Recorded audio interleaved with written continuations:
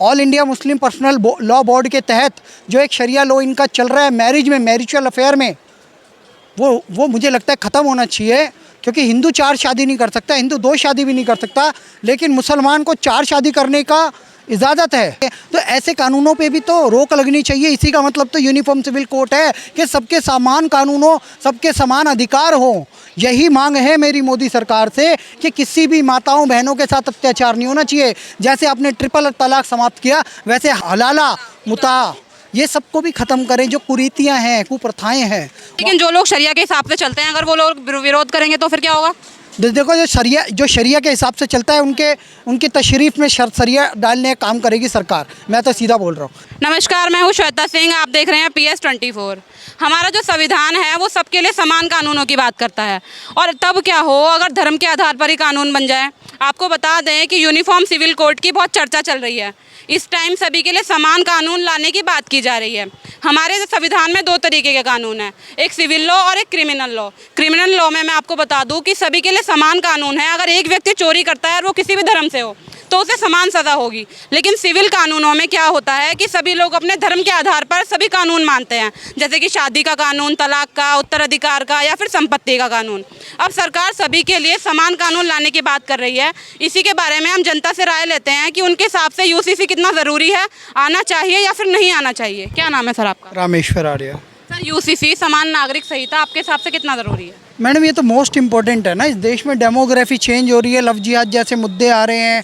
और आपको पता है पिछले दिनों अफ़गानिस्तान में क्या हुआ, पाकिस्तान में क्या हुआ। शोएब जमाई ने तो धमकी दे दी, 25 करोड़ पाकिस्तान, 25 करोड़ बांग्लादेश, 25 करोड़ इंडिया, हम तो मुसलमान प्रधानमंत्री बना देंगे। और पिछले दिनों PFI ने भी यही धमकी दी थी, गजवाए हिंद करेंगे। भारत में मुसलमानों की आबादी ज़्यादा होगी, 10% कट्टर मुसलमानों को लेके हम इस देश में 2047 तक गजवाए हिंद कर देंगे।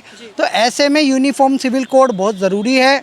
4 बीवी 40 बच्चे वाला जो फार्मूला चल रहा है all India Muslim personal law board के तहत जो एक शरिया लॉ इनका चल रहा है मैरिज में, मैरिचुअल अफेयर में, वो मुझे लगता है ख़त्म होना चाहिए। क्योंकि हिंदू 4 शादी नहीं कर सकता, हिंदू 2 शादी भी नहीं कर सकता, लेकिन मुसलमान को 4 शादी करने का इजाज़त है। सर, लेकिन मुस्लिम तो लगातार ये इल्ज़ाम लगा रहे हैं कि बीजेपी की राजनीति 2014 से सिर्फ हिंदू मुस्लिम की है। भारतीय जनता पार्टी का उदय सिर्फ 3 मुद्दों पे हुआ है।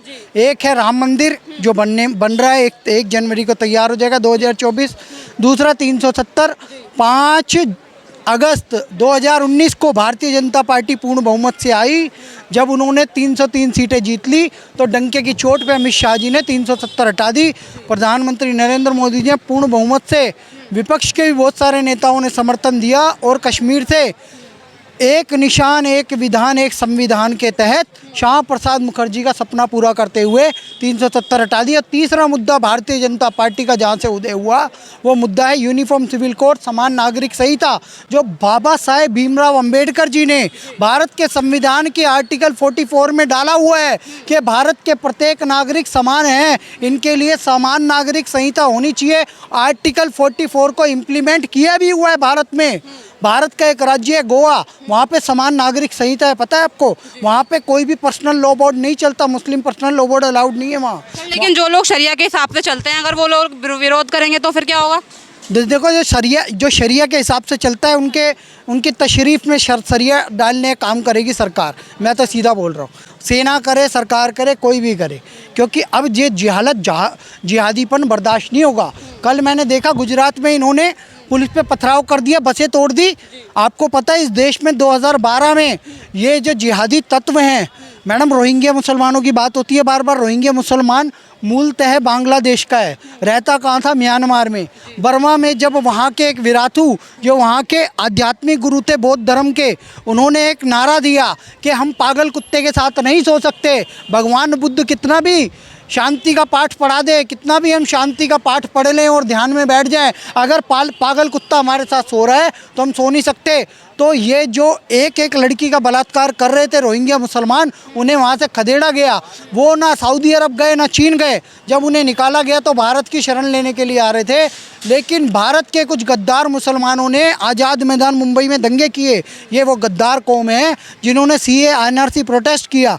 और वो भी ये जो रोहिंग्या मुसलमान हैं इनकी औकात नहीं हुई चीन में एंट्री करने की, ना पाकिस्तान में एंट्री करने की, ना सऊदी में एंट्री करने की। भारत में क्यों खैरात बट रही है, भारत में क्यों घुसे? मैं यही कहना चाहता हूँ कि ये जो खैराती मेंढक है, इन खैराती मेंढकों से हमें बचना है। इसलिए यूनिफॉर्म सिविल कोड ज़रूरी है। मैं तो कहता हूँ एनआरसी भी लागू करो, सीए को ठीक से इम्प्लीमेंट करो। और मैं तो एक और बात जोड़ना चाहता हूँ हिंदू होने के नाते कि यूनिफॉर्म सिविल कोड ही नहीं, हिंदू राष्ट्र भी बनाओ भारत को, और इसका बिल का नाम ही बदल दो। इस बिल का नाम कर दो हिंदू राष्ट्र सिविल कोड। हिंदू राष्ट्र हिंदुओं के हितों में राष्ट्र हो जाएगा, आपको लग रहा है पास हो पाएगा? फिर कितने लोग विरोध करेंगे, अभी भी कर रहे हैं। जरूर होगा मैडम, लेकिन पूरे भारत पूरे विश्व में एक हिंदू राष्ट्र होना ज़रूरी है।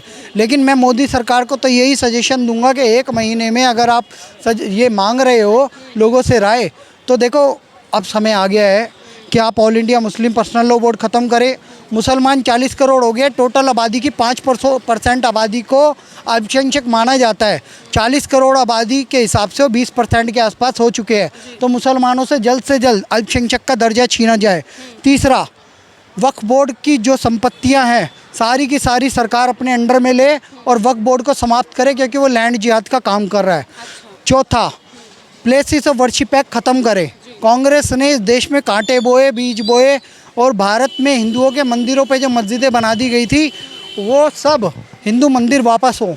ठीक है, जैसा कि हमने लिया है राम मंदिर, और मथुरा काशी की बारी है, जल्दी ले लेंगे। फिर मुस्लिम लोग ये बोलते हैं ना कि हमारी सारी चीज़ों पे आप टारगेट करते हो, सीए एनआरसी से, और वो जो बजाने वाला था हूटर वाला केस, उससे भी।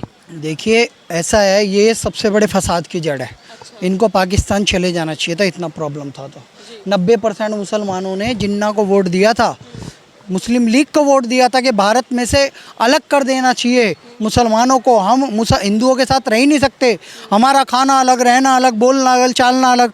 और अब भी देश की आज़ादी के बाद भी, देश संविधान से चलने के बाद भी ये वही सब मांगे करते हैं। फिर से अलग लो है इनका ना, अब इनको पर्सनल लॉ चाहिए या पर्सनल फ्रीडम चाहिए। संविधान विरोधी बातें करेंगे तो पाकिस्तान जाओ ना भाई। सर, ये भी सवाल उठ रहा है कि जो यूसीसी आएगा सर, उसमें किसके कानून लागू होंगे, हिंदुओं के या फिर मुस्लिमों के? जैसे 4 शादी का अधिकार है इनको, हिंदू जो इंसान है उसको एक ही शादी का अधिकार है। सबसे पहले तो वही ख़त्म होएगा, मैरिज का।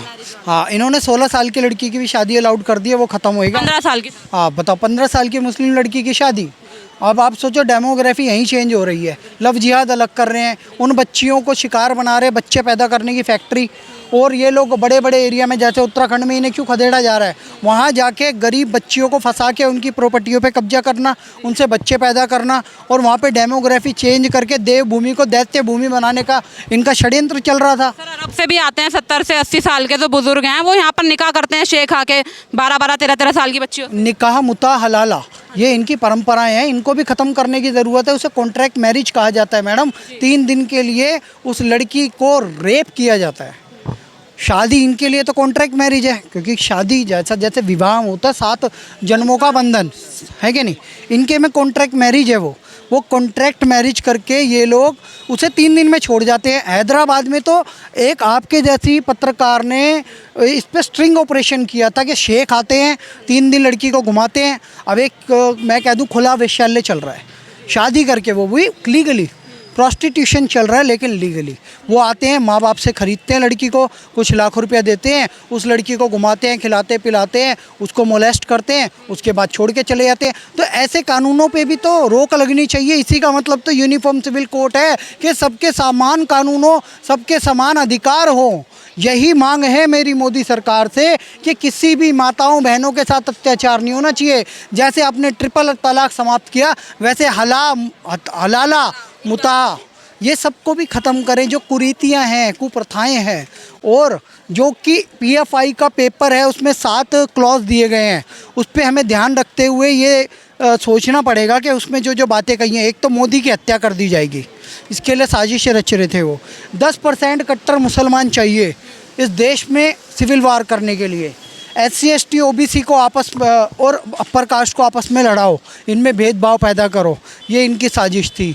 और इसमें गजवाए हिंद करेंगे हम, जैसा कि शोएब जमाई ने बोला कि यहाँ के मुसलमान आ जाएंगे, वहाँ के मुसलमान आ जाएंगे, फिर युद्ध शुरू करेंगे। और ऐसा ही करके बहुत सी और बातें उसमें थी, 7 बातें, वो मुझे पूरा याद नहीं है। लेकिन हमें सतर्क हो जाना चाहिए। पीएफआई पे बैन लगा दिया, लेकिन पीएफआई के मंसूबे बहुत खतरनाक थे। उन 10 लाख लोगों को ट्रेस करो जो पीएफआई से ट्रेंड होके गए थे। अब समय आ गया है महापरिवर्तन का, भारत को हिंदू राष्ट्र बनाने का। और मैं तो कहूँगा योगी जी वाला मॉडल पूरे भारत में लागू किया जाए। और कहीं योगी जी वाला और जो मज़ारें हटाई गई हैं अवैध, उत्तराखंड वाला मॉडल भी पूरे भारत में लागू हो, मोदी जी करें। आपके हिसाब से सही है यूसीसी? यूसीसी बहुत बढ़िया है।